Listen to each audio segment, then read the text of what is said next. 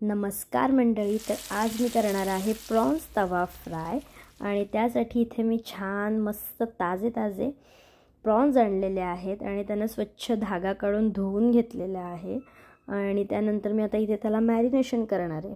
तर मॅरिनेशनसाठी मी इथे घेते आहे लाल तिखट, हळद, धणे आणि जिऱ्याची पावडर।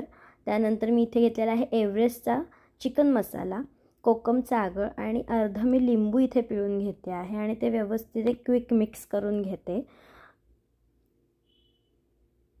व्यवस्थित सगळीकडे मसाला लागेल असं मी मिक्स करून घेतले। त्यानंतर इथे मी मीठ चवीप्रमाणे आणि आलं, लसूण, मिरची, कोथिंबीर याची पेस्ट मी इथे लावली आहे आणि ते मॅरिनेशन 15 मिनिटं ठेवून देणार आहे।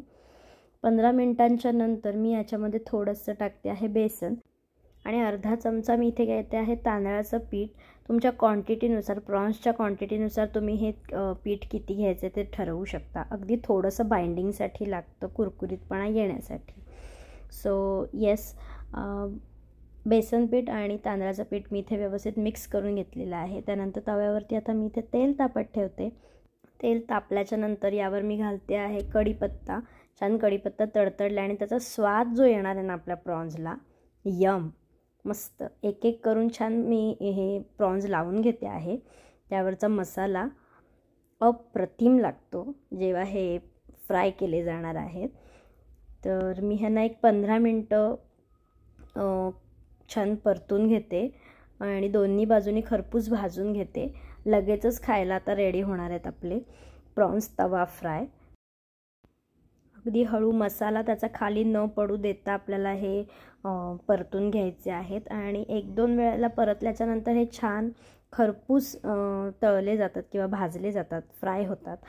तर येस, खायला तयार झालेले आहेत आता प्रॉन्स तवा फ्राय।